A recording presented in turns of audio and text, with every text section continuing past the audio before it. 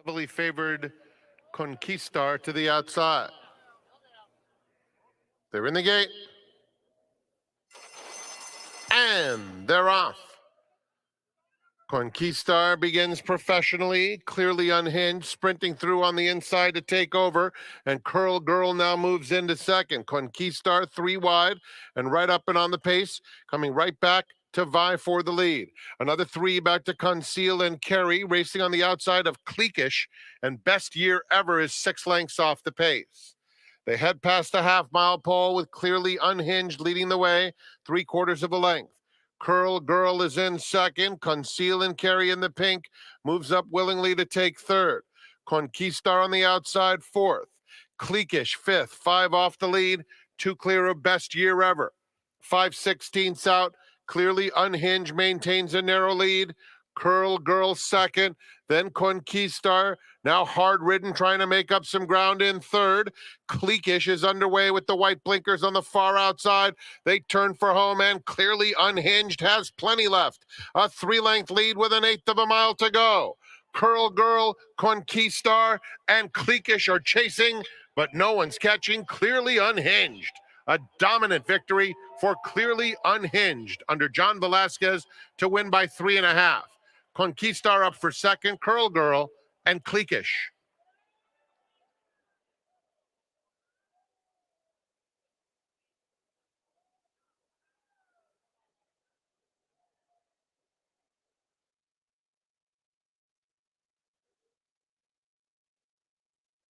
The coast-to-coast pick 5 is about to kick.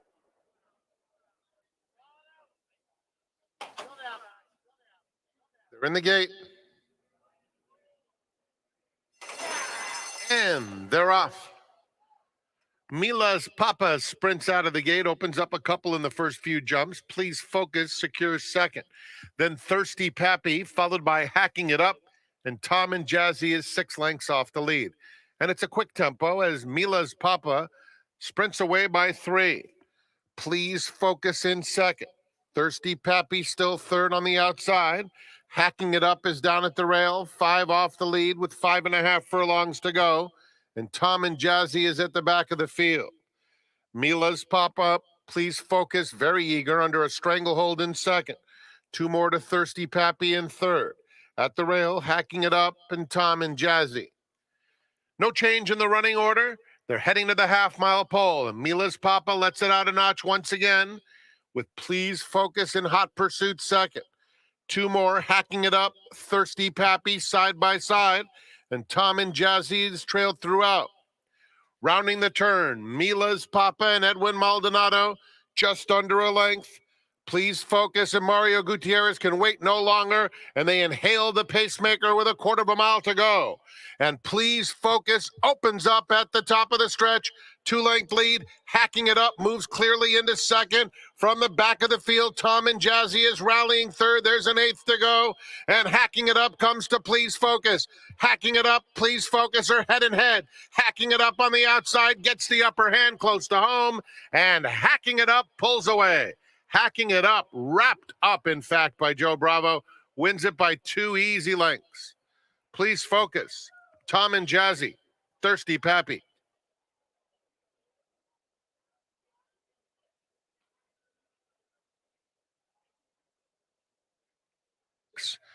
$391,000 in the carryover and a mandatory payout of that entire pool today.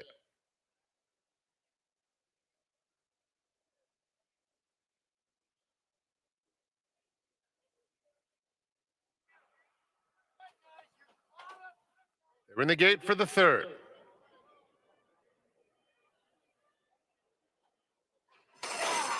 And they're off. Looking for Revenge, Derby Storm, and Claim of Passion from the outside stalls. Outright comes away in fourth and getting a little bit closer while in some heavy traffic through the opening furlong. Down at the rail, Vicente's Shadow and Pepperman in between those two.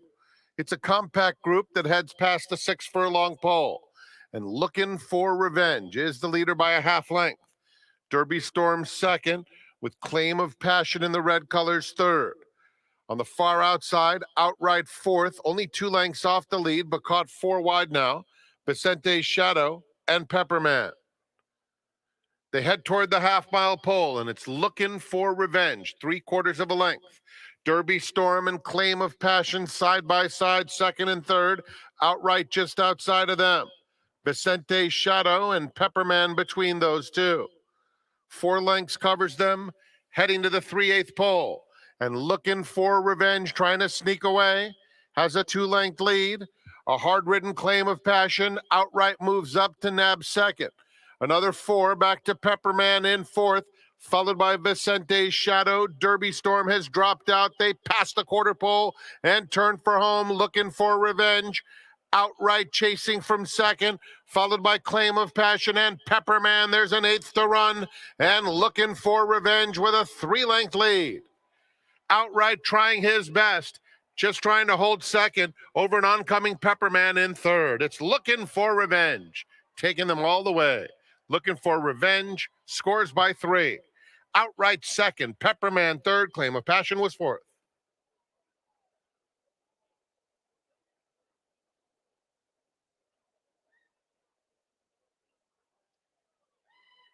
The fourth starts the Rainbow Six. 391,000 in the jackpot carryover. It's a mandatory payout today. We'll keep you posted on the pool in the Rainbow Six. They're in the gate. And they're off. Palachinta began well, so did Smiling Amy, flashing speed. Here's the favorite, Loyal to a Fault, coming through along the inside of those two, making it 3 right across the course. Smoke 'em on the Cliff, Timely Luck widest of all, and Smooth It Silk is at the back of a very compact field. It's Smiling Amy on the outside, just in front, tugging to a narrow lead over Loyal to a Fault in second. Palachinta has shuffled all the way back to last. Smoke 'em on the Cliff, Red Cap at the rail third, Timely Luck just outside of her. A length back to Smooth as Silk, and then Palachinta. Rounding the far turn, and Loyal to a Fault is up to take the lead. It's Loyal to a Fault by a head to Smiling Amy second. 2 more to Timely Luck, revving up in third.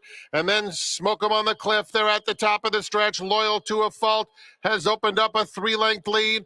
At the rail, Smooth as Silk looking for racing room. Center of the course, Timely Luck, but they're only trying to complete the exacta behind Loyal to a Fault. Loyal to a Fault, just romping and overwhelming the competition to win by 6. Smooth as Silk, that's 2 races today with the 1-2 finishers bred by Redham Racing. Then it was Timely Luck in third.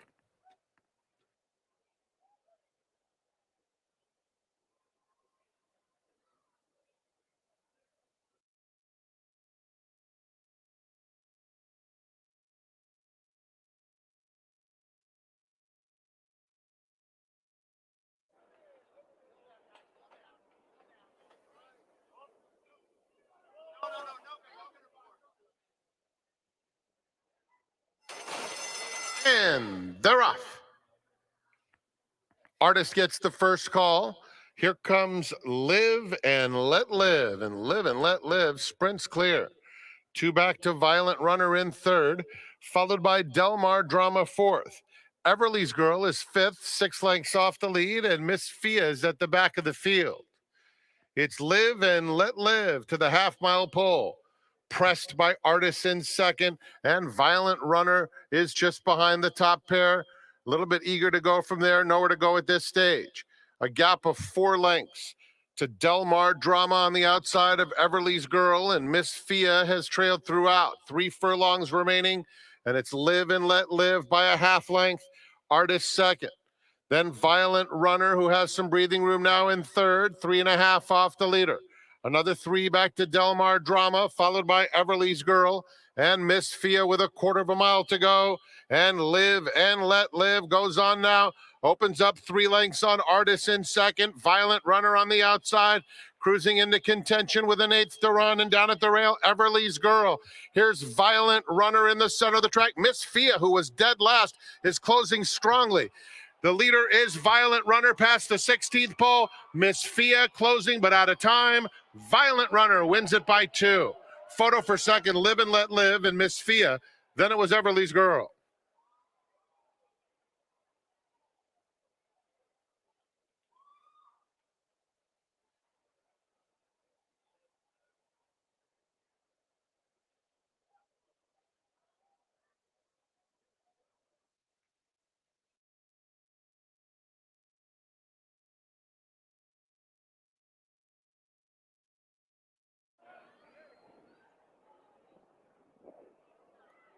They're in the gate.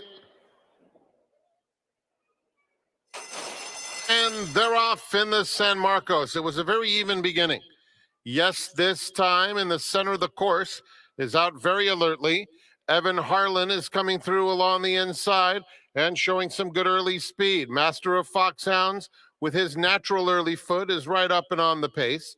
And in the center of the course, it's Cash Equity. Prince Obama is racing in between rivals. Opry is down at the rail. Dicey Mochara broke well, but is now covered up behind rivals. Racing on the outside of Say the Word. Avenue outside of that pair, and the Gray Wizard is about 8 lengths off front-running Evan Harlan. Evan Harlan by 2 lengths. Master of Foxhounds gets a good, comfortable tracking spot today, and he's in second, followed by Yes This Time and Cash Equity on the far outside. Opry is down at the rail, 3 lengths off the leader. He's followed by Prince Obama. Say the Word is on the inside. Avenue is next. Dicey Mochara in between those two under a snug hold and a length back to the Gray Wizard. Onto the backstretch in the San Marcos, chasing Evan Harlan, the controlling speed. Master of Foxhounds, a clear-cut second. Yes, this time is in third. Cash Equity, Opry down on the rail with less than a half mile to travel. They're followed by Prince Obama. Avenue is on the outside, 5 lengths off the lead. Dicey Mochara and Say the Word are stride for stride, and the Gray Wizard has 10 to make up. Master of Foxhounds makes his move now, puts his head in front of Evan Harlan around the far turn. A length and a half, Yes This Time. Opry is next. Cash Equity, Prince Obama, they're at the top of the stretch. And Master of Foxhounds, the one to beat. He's cut loose and full of run, opens up 2. Opry takes up the chase in second. On the inside, Say the Word is trying to slice and dice. Center of the course, Cash Equity finishing very well. And it's Prince Obama flying on the outside. Prince Obama gets up to nail Master of Foxhounds. It was a photo between Opry and Say the Word for third and fourth.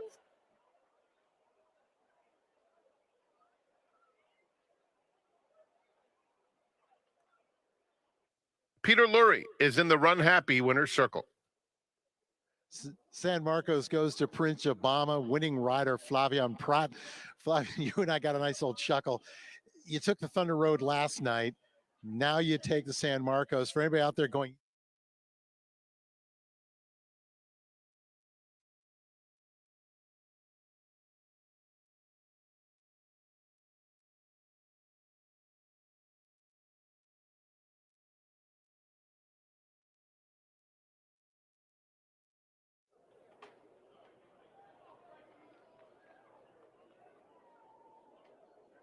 they're in the gate. And they're off. Square Cat, Gregory's Pride out alertly. Tulsa Tornado in the pink is in between rivals and flashing plenty of early speed too. Do It for Andrew is not far behind. Down at the rail, Augusta Melody with Virat about 5 lengths off the lead. On the fence, it's Love Sick Blues with 8 to make up. Law Abiding is just outside of that pair. Adair is next. Then it's Degree of Risk racing in a little bit of traffic as they run down the hill. And about 3 back to Lost in Space, who's down on the rail. They're approaching the quarter pole, and it's Square Cat just in front. Tulsa Tornado is pressing the issue in second. Just behind Horses, Adair is in the thick of it. Gregory's Pride is on the far outside.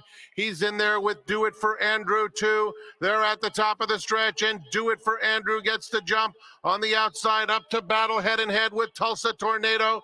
Another 3 lengths back to Gregory's Pride in third. Center of the course, Degree of Risk is finishing with interest. Do It for Andrew and an ultra game Tulsa Tornado. They're nose to nose coming for the wire. Here it is. Photo finish. Looked like Tulsa Tornado might have outbobbed Do It for Andrew. It's very close between those two. Photo between Degree of Risk and Lovesick Blues for the show dough.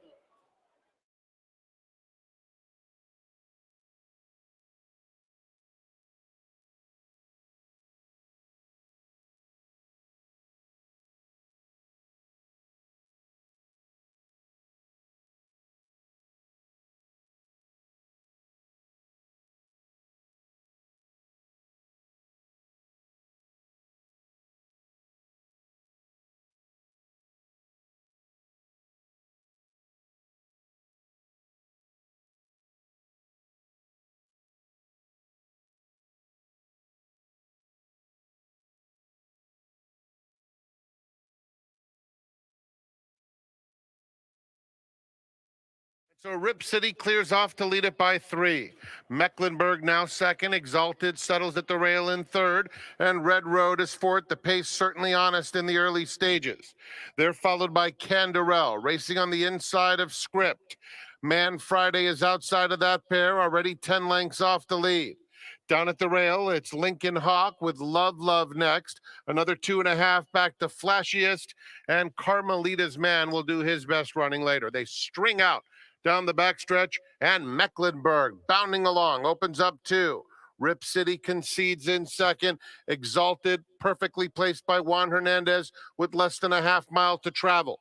Then it's Red Road by himself in fourth. There goes Flashiest making his move now.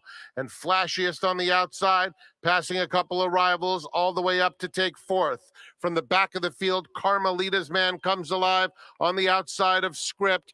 Then it's Man Friday down on the inside. Canderel is next. And Lincoln Hawk guided to the far outside with some momentum. They're at the top of the stretch. It's wide open with Mecklenburg still to catch, has a 2-length lead. Exalted on the outside is coming after him. Lincoln Hawk is really motoring fast on the outside. Lincoln Hawk trying to get to Exalted late, but Exalted has opened up a length and a half close to home. And it's Exalted with the perfect trip under Juan Hernandez to score. Carmelita's Man outfinished Lincoln Hawk for the place money. And in behind them, it was Mecklenburg and Script to complete the super high 5, getting a slice of it late.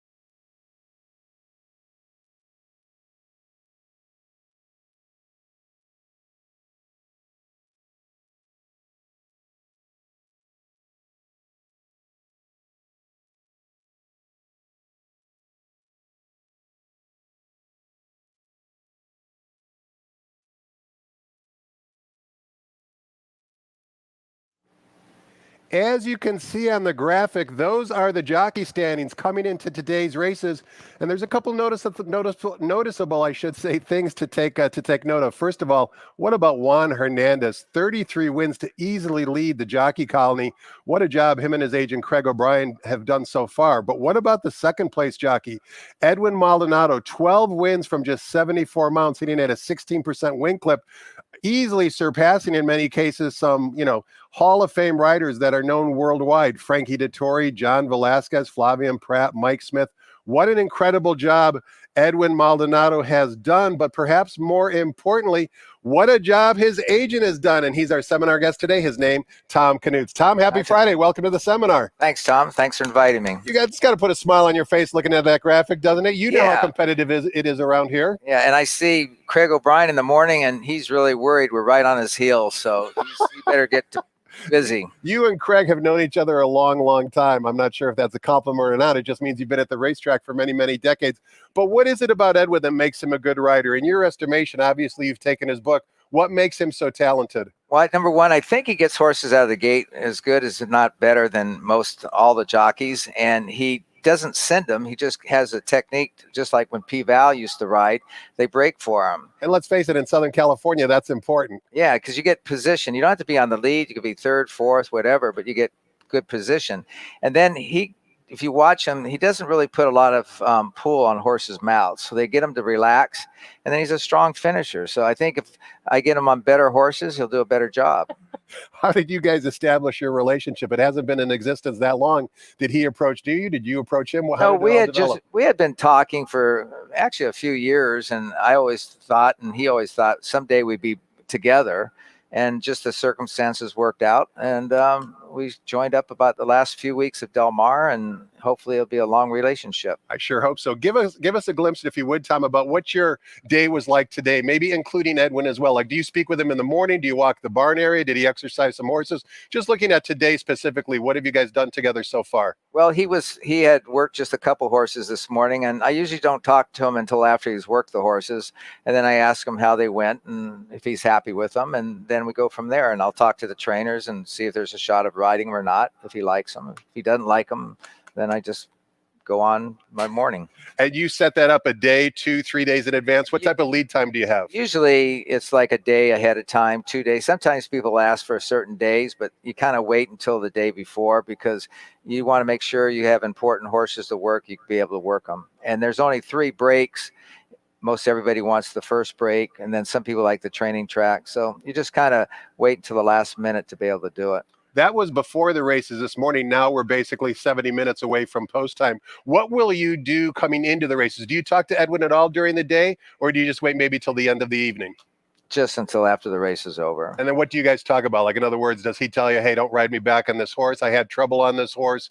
Just give us a glimpse into what you guys talk about. Well, right now it's who we like in the Super Bowl. I was going to ask you that question. Tell me first who Edwin likes in the Super Bowl. I don't think he really particular cares which team wins. But every year for the last 25 years, I've had a bet with Eddie Truman, and that's the only bet I ever make. That's the only bet he ever makes. And every other year we have to choose. This year it's his choice. 98% of the time, whoever chooses loses. So I'm waiting for him to tell me which team he's betting on. Do you follow pro football much at all? You said it's really the only bet you make. Do you kind of watch it? I watch it. I like more of the playoffs, but I like college football better than pro. If you had your choice, I'll ask you the question now rather than later. If you had your choice, who would you pick, knowing that you might be wrong 98% of the time? I'd probably go with Philadelphia. And why is that?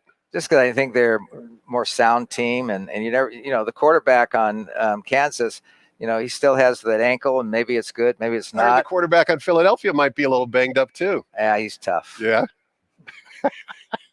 Now, you have Edwin currently, Tom, but of course, as I mentioned, you're a veteran agent. You've been around the block once or twice. Who are some of the riders you've represented in the past? Of course, short-term, Abel Cedillo comes to mind, but even looking back in the rearview mirror, who are some of the jockeys? Well, now I have Victor Espinoza also. Of course. And Victor's a Hall of Fame trainer.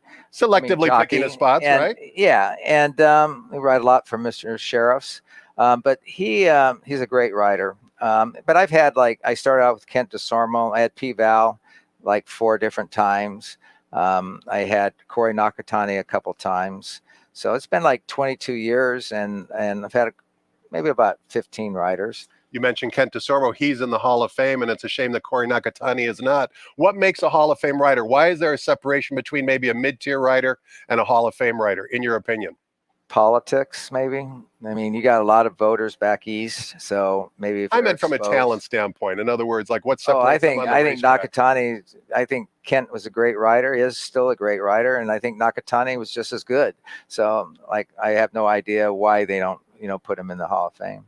You obviously are an important part of the Maldonado team. I'll ask you another difficult question. How important is the agent in terms of booking the right mounts, and how important is the talent of the jockey from a percentage standpoint? Is it a 50-50 split? How would you estimate it? I just say if you have a good rider, it makes you a good agent. I mean, if you could be the best agent in the world, if you don't have a good rider, you're not going to move them at all. So I'd say it's like 90-10. Well, we're going to move along and find out who Tom likes on today's 9-race card. It's a beautiful day, as you probably can tell, looking over our shoulder here at the Gray Race Place. Temperatures are approaching close to 80 degrees, so of course we're going to be fast and firm. But before we talk about any of the races, let's toss the microphone over to track announcer Frank Miramonte and get the early changes on today's card at the Gray Race Place. Good morning, ladies and gentlemen, and welcome to Santa Anita Park. The track is fast. The turf course is firm.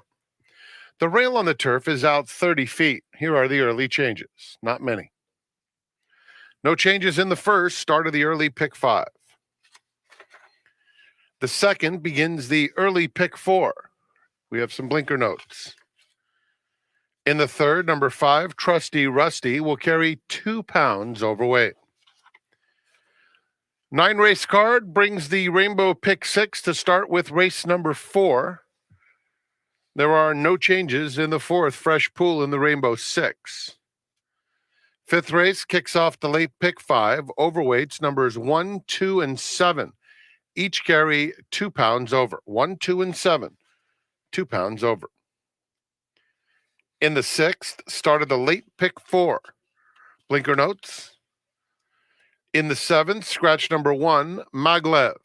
Number 1, Maglev, the morning line favorite, scratched, and there is a revised morning line posted.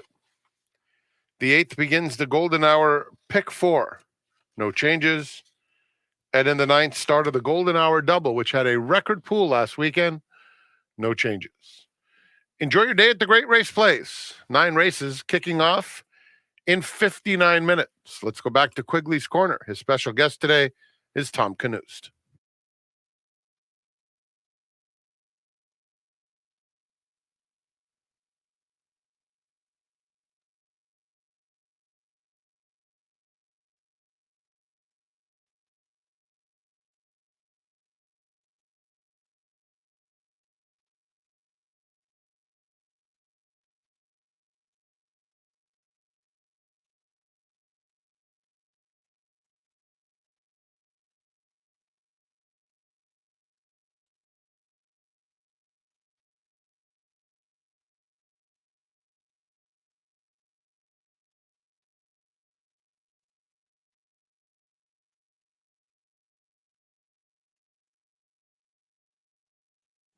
Welcome back. We're talking horses with agent Tom Knust. He's currently the agent for Edwin Maldonado, who's jockey who's second, I should say, in our jockey standings. And Tom, before we take a look at today's card, you used an interesting word, politics. And let's face it, your job is really about managing relationships. Politics can sometimes get in the way. How do you kind of manage that? In other words, you got 2 live horses in the race. You have to only choose one, obviously. How do you make those difficult decisions?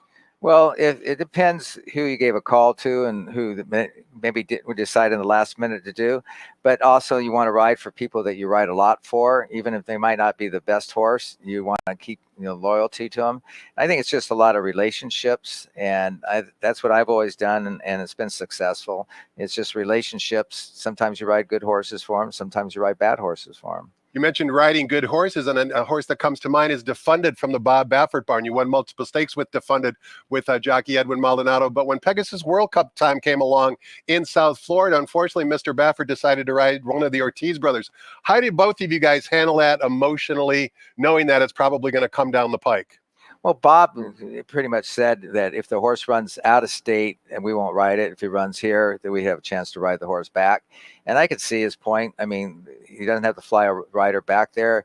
You got Ortiz, Knows Irad. that track. Yeah, and he's one of the top riders in the country. So I can see with them doing it, and we'll have our opportunities, and whatever opportunities he gives us, we'll take advantage of. And you have had opportunities with Mr. Baffer. You guys have limited opportunities, but when you guys ride for him, you certainly deliver. I can think back a year or two ago, you won a stakes race, I believe, on a filly or mare going 7 furlongs. You guys have had a lot of success with limited opportunities. Yeah, and like I say, Bob, he's got some great horses, and if you can ride just a few of them, then you're grateful for it. You talked about relationships that you have, and certainly one of the more powerful relationships you have is with trainer Doug O'Neill. You and Doug go a long way back in terms of your friendship and also your business relationship. That's obviously helped Edwin as well, because you guys have certainly delivered for the O'Neill barn also. Yeah, and Doug has owners that they have their particular, with jockeys they Mr. like Redham, and stuff. as an example. Yeah, and they all have their opinions, but the good thing with Doug is that he can ride Edwin because his owners like him. And he delivers, which does help. If we start losing, then no matter what kind of friendship you have, the owners are going to want to change, and you're going to be, out in the cold. What about Tom being typecast as a front running type of jockey? Of course, back in the day, Eddie Delahousie had a reputation as a come from behind closing type of jockey. You have to sell Edwin as being a capable jockey, no matter what the situation would call for. How do you overcome maybe that preconception that he's only good on the lead? Well, I just like to bring up, P. Val. P. Val had that same reputation, but he won many stakes coming from off of it. I think it's just a matter that you want to be in a good position when you get out of the gate. That might be on the lead, you might be second or third, but if you don't break and get good position, you've lost the race. You and Edwin ride 5 horses today. 4 of them are morning line favorites. When you see that, when the odds in the program come out, do you kind of put your feet back up on the desk, say, well, I did the best I possibly could? I mean, right? It's kind of a compliment to you that you got them on so many live months today. Yeah, but then some days you look at the program, you're on 4 long shots. So you got to just take it as you get it, and just go on to the next day. It's a one day, deal, and you want to do good the next day, and just kind of hopefully it works out. Well, let's focus on today, and we kick things off in race number 1 on the turf course. 1 mile is the distance. Calbred allowance optional claiming types. The rails today are at 30 feet. Race number 1 is a split of race number 9. Also, race 1 begins the 50-cent early pick 5. We've got a field of 7. The morning line favorite is the runner that you ride, Tom, number 2, Mo Boo, who is currently 2-1 on the board. But we can see, based upon the yellow nature of the odds board, that number 1, Atomic Drop, is actually the 2-1 morning line. I should say the 2-1 current betting choice. You talked about Victor riding a lot for John. Edwin has ridden a little bit for John in the past. How'd you get this mount with John Sheriffs? Well, John just wanted to try something different, so he wanted to put Edwin on the horse. He was open. I have my pick. I have Edwin winning the race. I think this horse has run really tough on the last couple of races on the grass. Victor didn't do anything wrong. Atomic Drop.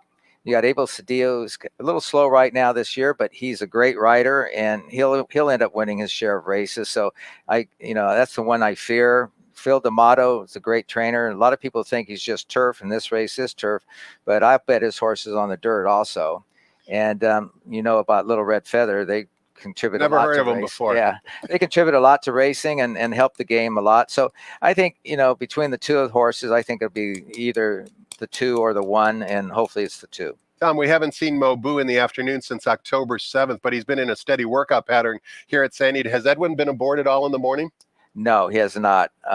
Victor's been working the horse. And do Victor and Edwin kind of share Sure. company secrets, so to speak? Yeah, they'll talk. Yeah, I think Horses' tendency. Yeah, they're good friends. They'll get along, and Victor understands that John just wanted to change it up today, and it could have been Mr. Moss. It could have been any number of reasons, but we're still good with John, and we're working horses for him, and Victor's going to ride his share of horses for him. You talked about stepping up to the window and making a gamble. How often do you gamble? I don't need specifics, but would you say you gamble on a daily basis on the races? Do you gamble weekly on the races? Do you gamble once a year like the Super Bowl? When I went to Arcadia High, I came out here for the first time. You were a young pup, right? I made 2 bets. I had 2 hot dogs, 1 Coke, and I came out of here with 80 cents more than I went in. And that hooked you for life. Since that day, yes, it's hooked me for life. Those were expensive hot dogs and Cokes, weren't they, in the long run? Very much so, yeah. Who were some of your classmates over at Arcadia High? Anybody that actually wound up in the racing industry as well? Any names we would recognize? Well, Mike Mitchell was there for a year until he got kicked out, and then he had to go to Temple City. I didn't know they kick you out of Arcadia High. They do sometimes. And later on, I know like Jack Carava went there. So there's probably a few people that are in the track. And for those people watching around the country, Arcadia High is literally a stone's throw across the street, generally speaking, from the great race place here. And of course, it probably was like a magnet to most of you, you young delinquents. Well, for most of the teachers too, they all were gamblers and they all wanted us to run bets for them. So my English teacher, I'd run bets for him. I'd go to the workouts. I don't know what an adjective is or an adverb, but I got you know what 6 furlongs is? Well, I got an A in his class. So.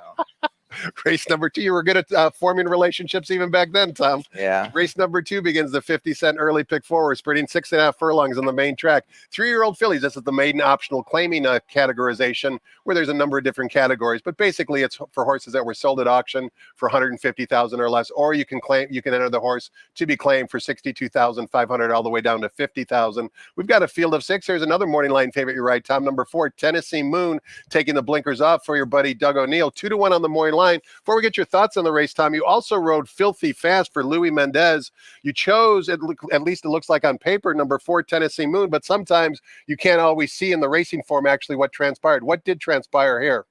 Well, before I knew I had Tennessee Moon, Luis Mendez called me and he wanted to get the weight off on the horse. And I had no problem. I love Abdul. I think he's a good rider. I think he's got a good future. So I had no problem with it. But then it worked out that Doug put Tennessee Moon in and I was able to ride him. In the race, I think Tennessee Moon, I'll go with him more than Filthy Fast because I think Filthy Fast is quick, but the 6.5 might catch up with him at the end, where Tennessee Moon, I think, will enjoy the 6.5 better. And then I like the 5 horse. I think Kyle Frey's riding well. This horse is going to come from off of it. So if there's enough speed with the 2 and 4, it could set up for the 5. You mentioned the Kyle Frey runner, number 5, Loona, the 3-year-old filly, daughter of Neolithic. She sure looks like she bled last time out, right? And she adds Lasix today. Blinkers go on as well. She showed speed for about a half mile, and then she basically stopped after breaking from the outside post.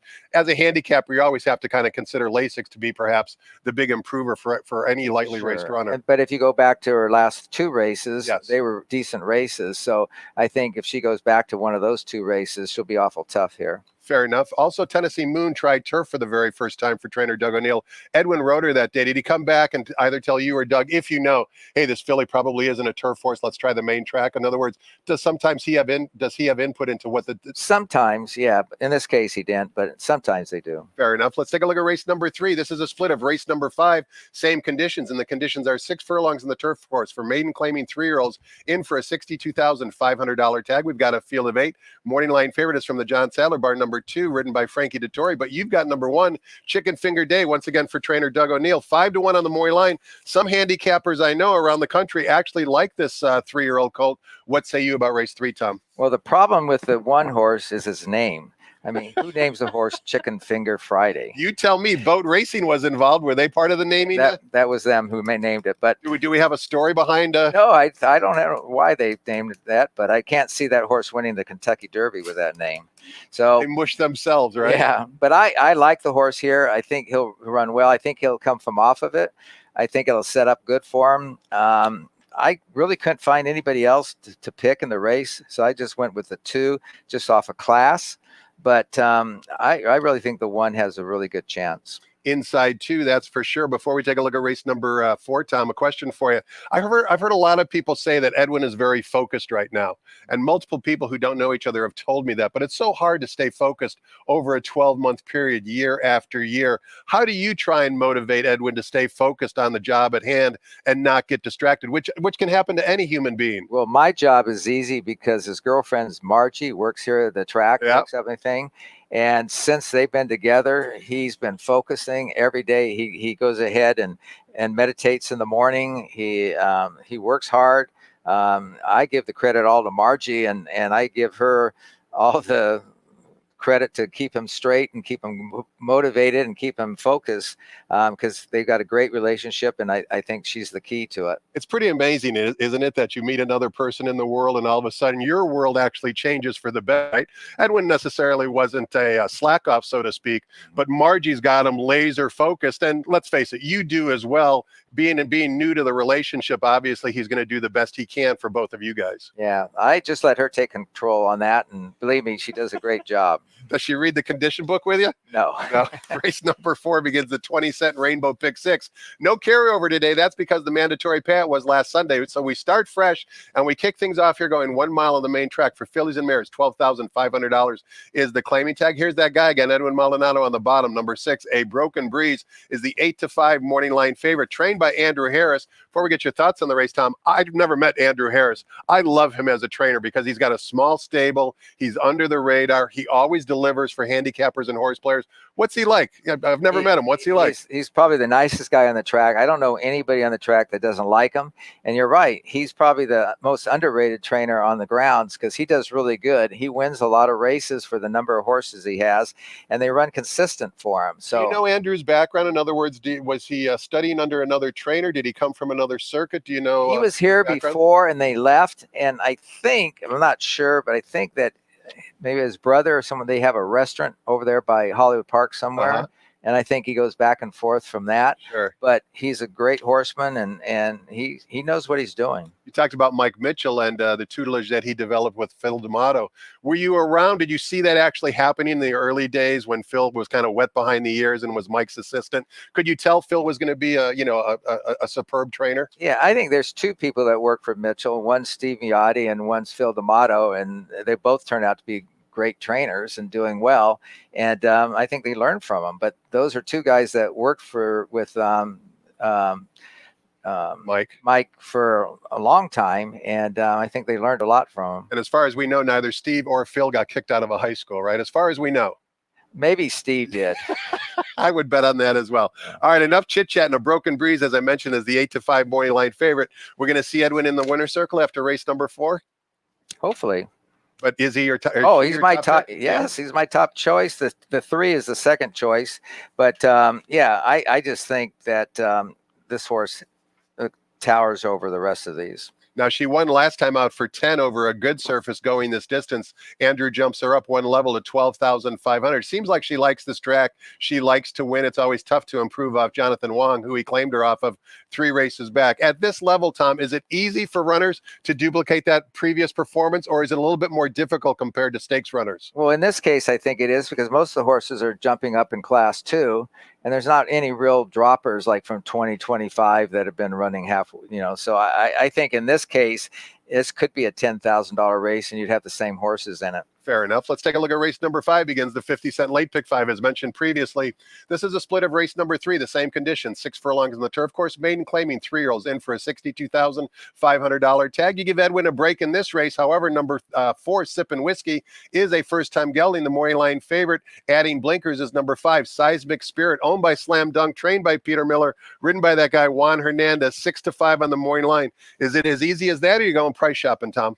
I'd say you got to go with the 5. I mean, you've got Peter Miller, who wins a lot of races. Juan's hot right now.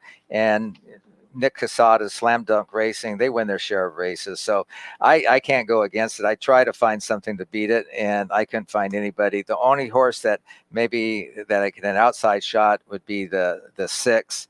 And he's dropping from Calbred Maiden Allowance into a claimer. It's John Sadler. It's Veronis Racing. Rispoli's a good rider. So I think that's the only one that could go ahead and beat him, I think. You steered me right into my next question, Tom. You mentioned John Sadler and Mr. and Mrs. Ronis. Your interpretation, your impressions of the very talented Flightline. What did you think of him? Where do you rank him in terms of the all-time greats? He had a little bit of an abbreviated career, but it sure was when he stepped foot on the racetrack, he was brilliant in my opinion. Well, horses I've actually seen running, I thought Spectacular Bid was the best horse I've ever seen. And now I think John's horse is the best I've seen. I mean, going short, going long, but he just does it such a dominating way.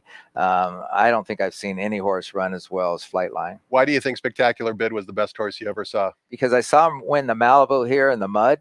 And if any horse could run on water, it was him. His feet never even hit the ground. I mean, he just skipped over it. And any horse that can run like that, I was sold on him. But Delp said he was the best horse to ever look through a bridle. I have a feeling that he probably was right. You just need to keep safety pins away from him. If you don't know what we're talking about, Google that and look that up. Race number 6 begins the 50-cent late pick 4. 6 furlongs on the main track, $16,000 is the claiming tag. Non-winners of 2 races lifetime is the condition. Number 2, Can't Beat the Rock, of course, is the 2-1 morning line favorite. That's because he's being ridden by Edwin Maldonado, owned by my good friend Dylan Donnelly, who's chasing the NHC Tour down at Tampa Bay Downs, who's currently in second in the Tour, trying to win that first place prize. Good luck to you, Dylan, not only on the NHC Tour, but also here in race number 6. Can Dylan bank on a winner in race 6, Tom? I like that. I mean, he's dropping. He's the class of the race. He's the type of horse that's kind of strange. You don't know. 6 furlongs probably is not his best distance.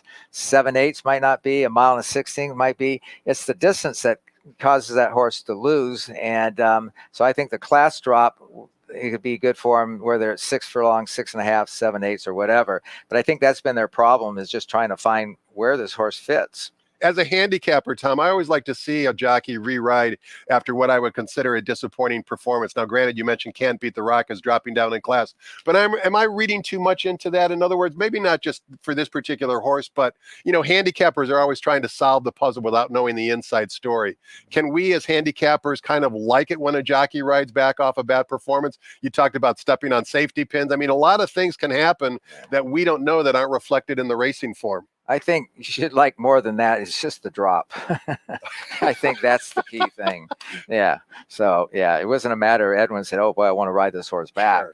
It's just when we're going to drop the horse, then that's when I wanted to ride it. So fair enough. Who do you like to complete the exacta, or maybe throw on any of your multi-race exotic? Maybe tickets? George Papadromo's horse, the 5, Crypto Money. Yep. Diego Herrera. Yeah. He's just, you know, George wins a lot of races, and I can't really pick another horse in this race to run second. So that's who I went with. Fair enough. 2 and 5 in race number 6. So says veteran agent Tom Knust. Race number 7 on the 9-race card means we're coming down the Hillside Turf Course. This is an allowance optional claiming race. Non-winners of 2 other than scratch the original morning line favorite number 1. Leaves us with a field of 4. The revised morning line favorite is now number 3, Code Duello from the Craig DeLassy barn. You don't have a mountain in this race, but before you give us your thoughts on the race, Tom, a question for you. I see Frankie Dettori is riding number 4, Count of Amazonia. You remember back in the day when Frankie first showed up and nobody knew who he was, and now look at him. He's an international superstar. He's come a long way. He's really developed into a world-class rider, hasn't he? Yeah, and the amazing thing about him is even now, and he's getting close to retirement, but he'll come up on the rail. He'll go ahead and go in between horses. He doesn't hesitate off coming up the rail. Yeah, he's like a 20-year-old kid riding. But I mean, you can't say enough about him. I mean, internationally, he's one of the best riders in the world. So. How do these guys in their 40s and 50s? We see it in sports with Tom Brady and LeBron James, and of course, we see it in the jocks room with Mike Smith, perhaps Victor Espinoza, Frankie Dettori. Are they taking better care of themselves now than maybe when Shoe rode, as an example? Is it just the nutrition? Like, what do you attribute them being able to ride at such a high level, so advanced in age? Well, I think that a lot of them work out in the gym. Like I know Mike Smith works out a lot. Victor works out a lot, and they either run or walk a long ways or stuff. And Dettori, though, I see him out here all the time working horses, and I just think when you're got a natural ability like that, it makes it easy for you to go ahead and stay fit and concentrating. And Dettori's one of the best, and it motivates you, right? Success begets success. He started off really strong here. Mm-hmm. Obviously, people want him. Yeah, and when you start winning races, then everybody wants. And one thing about here, everybody likes a new face. So when you get a new face, you're winning. It's a good combination. Who's the combination in race number 7? We talked about Frankie's mount, but who did you pick in the race and why? Okay, well, I picked the 2. I think he'll come from off of it, and I like Ramon Vasquez, and I think numbers wise, I think they're a good fit. Jeff Mellon's been winning like a big rate. Red Barons, they've got such a strong, stable always, and their horses run good. So I look at him coming off of it. I look at a 3 to show maybe more speed than he's shown in the past. But coming down the hill, I kind of like horses coming from off of it a little bit. Fair enough. 2 and 3 in race number 7. Tom, a question for you. How do you keep knocking on doors when people continue to tell you no? In other words, you want to break into a barn. We don't need to say any names, but you've been knocking on doors for months, and you maybe exercise a few horses, but you never get them out. Like, where do you draw the line in terms of saying, you know what, I'm going to stop pestering this particular person and take a break for 6 months, yet Edwin maybe wants to ride for that particular barn? How do you juggle that? How do you manage that? Well, obviously, after you knock on the door a few times, they don't open it. just go to another door. Right. And you concentrate on the people who do ride you, because you only can work so many horses every day, and you can work, weekends are really tough. So you want to go ahead and work horses for people you ride for. And then occasionally something will come up and they'll call you. And then when they do, the door opened again. But until it does, you just go to where people, they want to ride you. And as we've been talking about, I would assume when you win and you're second in the jockey standing, suddenly your phone blows up a little bit more than if you were 15th in the standings. Well, not We yet. have the ringer off. Not yet. Yeah. No. We're probably hurting your chances having you on the seminar today. Race number 8 begins the $1 golden hour pick 4. If you're not familiar with that wager, it links our last 2 races here at San Diego with the last 2 races at Golden Gate. And we kick it off here in race number 8, sprinting 6.5 furlongs on the main track for Calbred, fillies and mares, allowance optional claiming types, non-winners of 1 other than a good field of 8. Maury Line favorite from the Anthony Saavedra barn, number 4, Feeling Graysville, second off the layoff, 5-2 on John White's morning line. This looks like a decent betting race, Tom. Who you like? I like the 1, Glorious Spring, Dan Blacker, again, another trainer that does well with our horses, and you got Totori. So I think that horse, he'll be laying up closer than maybe normally does. And I think he's got a class, and I think that I like the horse here. And maybe not like the 1 post too much, but I think the horse will be okay. And then the second horse I like is She's a Girly Girl. Jonathan Wong, Ramon Vasquez, both top trainer and jockey. And I think this horse could be a lot closer than it has been. And I think if this horse is up there, he could steal it.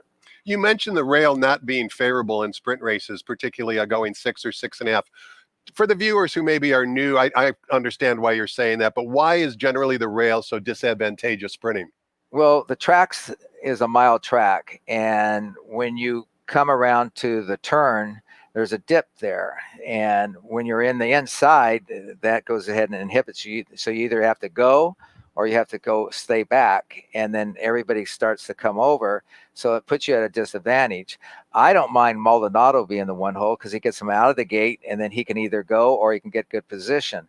But for the most part, I think but if you go like the 1 hole in 5.5, then you don't have to go over that dip. And I think it's a different story. But 5.5, 6.5, 3/4, 7/8. I don't mind it so much because you got a long run before you get there, so you can get out and get good position. Well, let's get out in race number 9, Tom. That's because it closes out the day with $5 golden hour daily double wagering. Also, if you remember, race 9 is a split of race number 1, 1 mile at turf course for Calbred, allowance optional claiming types, non-winners of 1 other than. We've got a field of 8. The lukewarm morning line favorite at 7-2 is number 5, Clayton Delaney. You don't have a mount in the race. Maybe you and Edwin will be at dinner by this point, but give us a winner if you could. Yeah, I think of the 2 splits, this might be a tougher side only because the horses are more competitive and they're closer together.